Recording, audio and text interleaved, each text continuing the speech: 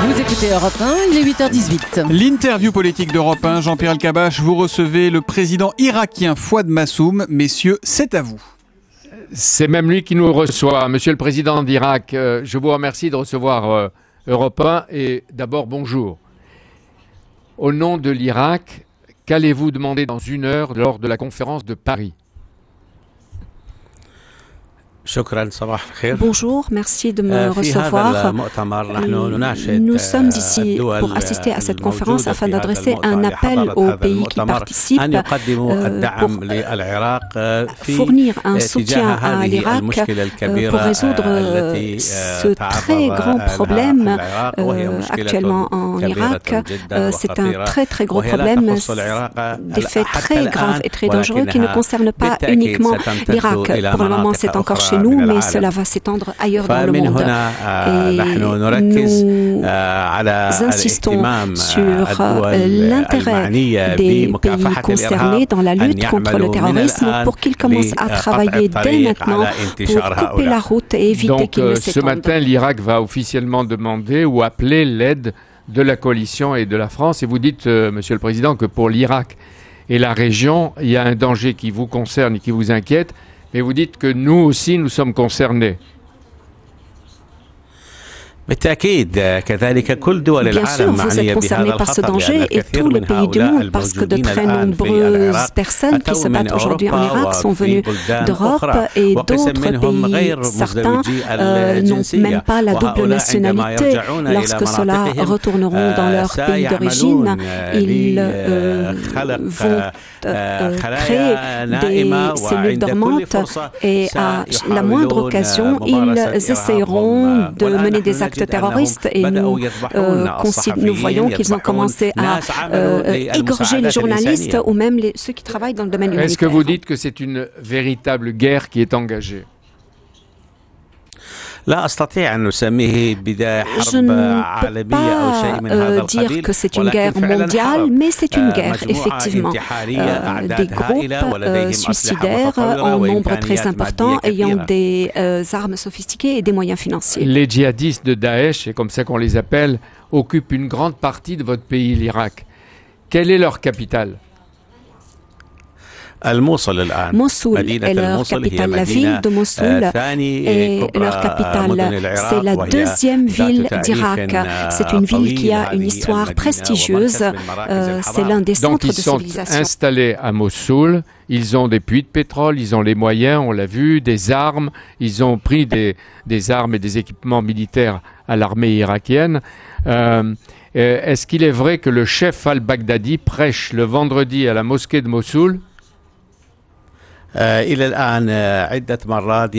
Effectivement, il a déjà prêché à plus d'une reprise à Mossoul et il se compare au premier calife musulman, même dans sa façon de s'habiller. Il les imite, il a des moyens financiers considérables et une armée de suicidaires. Il se montre publiquement. Plusieurs fois, il s'est montré plusieurs fois, effectivement, mais depuis un petit moment, et en particulier depuis l'intervention aérienne dans cette guerre contre Daesh, il a commencé à se cacher un tout petit peu, il n'apparaît pas plus. Est-ce que pour vous, Président, est-ce que ce mouvement, c'est comme Al-Qaïda ou c'est pire qu'Al-Qaïda ?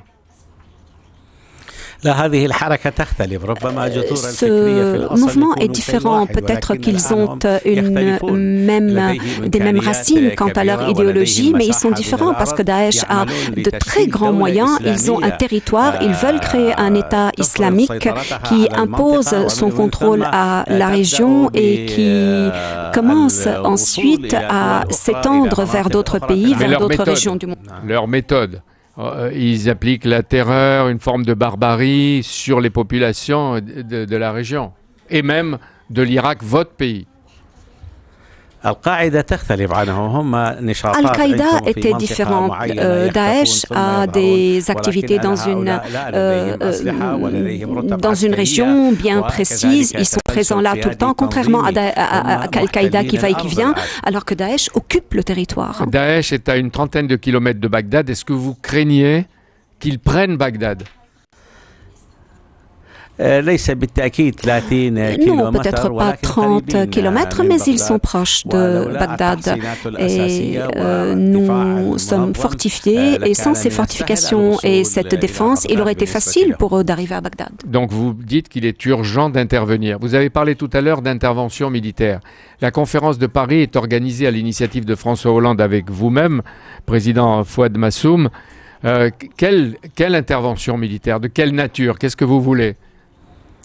Nous voulons une intervention sur le plan de l'aide logistique avant tout, et en particulier une intervention par des moyens militaires. Il y a également des aides humanitaires qu'il faut accorder aux déplacés. Militairement, nous n'avons pas besoin de soldats sur le terrain en Irak qui se battent sur le terrain. Nous avons besoin d'une intervention aérienne, d'une couverture aérienne. Nous avons également besoin de l'expertise qui existe par exemple chez la France et chez d'autres pays pour que nous puissions en tirer profit pour lutter contre ce nouveau terrorisme. Donc des renseignements, des satellites et des frappes aériennes, ce que vous demandez. Oui, oui. Oui. Oui. Et des forces spéciales peut-être et des instructeurs pour former un peu plus votre armée. Et est-ce que vous demandez que la coalition autour des États-Unis avec la France et les pays arabes qui vont être là interviennent vite? Bientôt, sans tarder, parce qu'on voit bien qu'il y a l'urgence. Il est nécessaire qu'ils interviennent rapidement parce que s'ils tardent, si cette intervention et ce soutien à l'Irak tardent, cela signifie que peut-être que Daesh va occuper d'autres territoires et leur menace sera plus grande. Comment vous estimez ou vous appréciez l'engagement de la France? Nous remercions la France car elle a pris rapidement l'initiative pour prendre contact avec un certain nombre de pays et en Irak, nous sommes convenus avec la France d'agir en ce sens. Nous avons demandé à la France de prendre cette initiative. Nous sommes tout à fait d'accord sur l'orientation de l'action française pour mobiliser la communauté internationale et pour garantir la participation des pays de la région pour faire face à Daesh. Président Fouad Massoum, dans quelques instants, des rafales vont effectuer leur première mission au-dessus de l'Irak. Ces rafales vont identifier des sites de Daesh et des cibles qui seront bombardés lorsque le président Hollande donnera l'ordre avec la coalition. Est-ce que c'est déjà ce que vous voulez? Ils sont à l'œuvre, ils vont décoller dans quelques instants de la base française d'Abu Dhabi, où se trouve Jean-Yves Le Drian avec 200 aviateurs français. C'est ce que vous vouliez? C'est exactement ce que nous voulons. Nous voulons également que d'autres pays y participent, à l'instar de la France et de ces initiatives françaises. Comme je l'ai dit, nous avons besoin de ce soutien, ce soutien aérien, ce soutien sous forme d'experts. Mais vous voulez aussi les pays arabes. Est-ce que vous voulez qu'il y en a 10 des pays arabes qui participent à la réunion de Paris? Ils veulent plus de Daesh. Est-ce qu'il faut qu'ils promettent un engagement militaire de la part de certains d'entre eux? Concernant les pays arabes, ils ont un rôle important à jouer. Nous ne demandons pas aux pays arabes d'accorder un soutien militaire ou d'envoyer des soldats, mais très certainement nous avons besoin de leur soutien, le soutien des pays arabes. Il y a une Ligue des États arabes, une solidarité arabe et ils doivent être en première ligne pour soutenir l'Irak face à cette très grande crise. Est-ce qu'il n'y avait pas un autre moyen que les armes contre Daesh, pour combattre Daesh, un autre moyen que la solution militaire? Il y a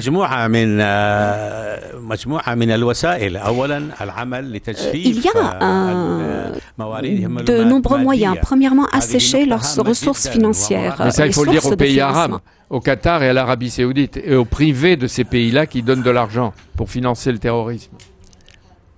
Je ne peux pas dire que l'Arabie Saoudite et le Qatar financent le terrorisme, mais peut-être que leurs services de renseignement militaire, leurs services de renseignement civil ont découvert qu'il y avait des personnes qui contribuaient financièrement à Daesh sous des slogans de la zakat, de l'impôt religieux, etc. Donc il faut... Il faut faire face à cela. Couper les ressources financières autant que possible. Et puis, quoi faire? Les sources de financement et contrôler ceux qui viennent souvent dans la région, par exemple, ceux qui vont en Syrie et qui reviennent, ceux qui vont en Irak et reviennent. Tous ces gens-là doivent être contrôlés. Les déplacements doivent être contrôlés parce que ces personnes-là peuvent constituer des cellules dormantes en Europe et ailleurs. Et en Europe, vous dites en Europe?